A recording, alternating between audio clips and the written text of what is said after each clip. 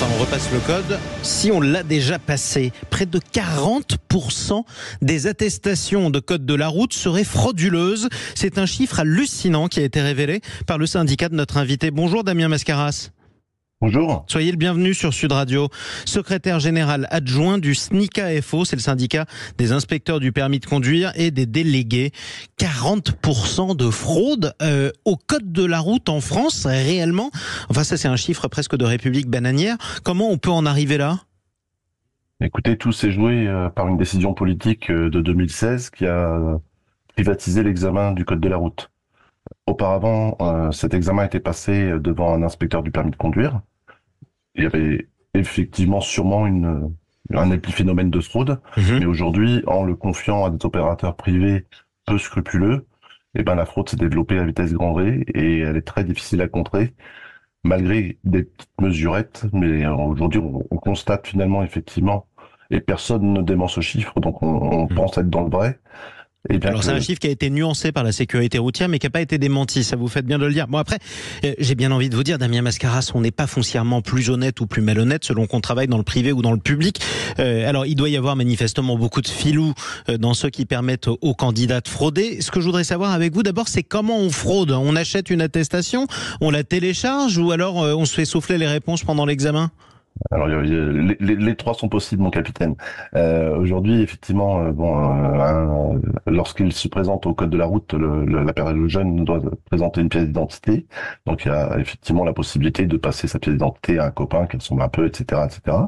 Et il y a aussi effectivement le fait que les surveillants entre guillemets de salle, et ça a été surveillé, il y a eu plusieurs déjà centres de fermés qui fraudent et effectivement qui s'enferment finalement pendant les épreuves avec le candidat et ils peuvent leur souffler les réponses. Comment vous arrivez à ce chiffre de 40%? C'est quoi la méthode de calcul?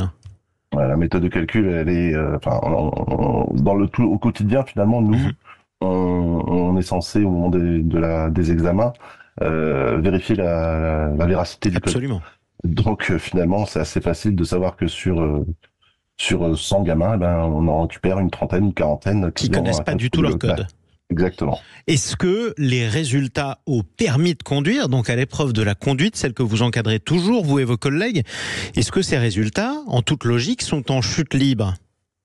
Alors, en chute libre, ça serait un peu excessif de le dire, mais de fait, effectivement, on a un aspect réglementaire qui est méconnu, voire pas connu de la part des jeunes, et qui conduit à un échec. Aujourd'hui, le taux de réussite, je crois, se rapproche des 55%, alors qu'on était monté à 60% à une période. Oui, alors permettez-moi de me dire que c'est quand même pas rassurant, parce que ça veut dire qu'il n'a baissé que de 5% depuis 2016, je suppose, c'est le chiffre de référence que vous prenez.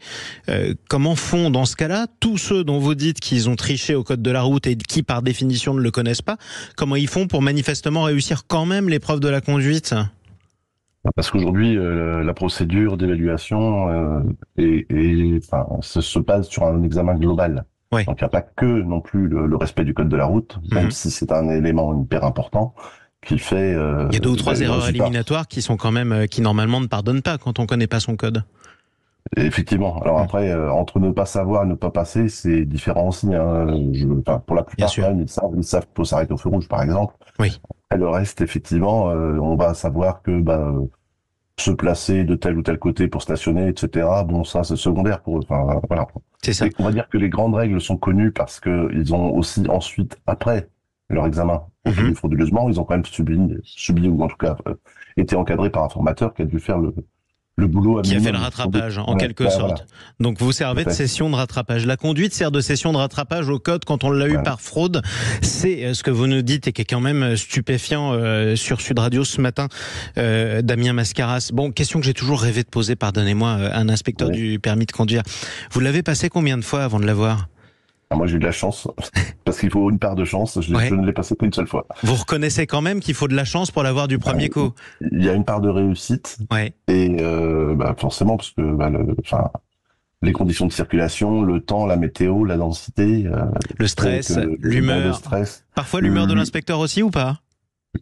À partir du moment où on travaille dans l'humain, vous savez aussi bien que moi qu'effectivement, une mauvaise nuit, etc. Allez, quel message vous nous donnez à tous les candidats, là, ceux qui sont en train de passer le code, justement, qui le bachotent en tout cas quel conseil vous leur donnez ? Première chose que je leur souhaite, c'est de le réussir, Ouais. de le travailler, parce que ça facilite aussi après la vie au moment de la conduite, de s'accrocher quand c'est difficile, de demander des conseils auprès des auto-écoles, Mmh. qui sont là pour ça.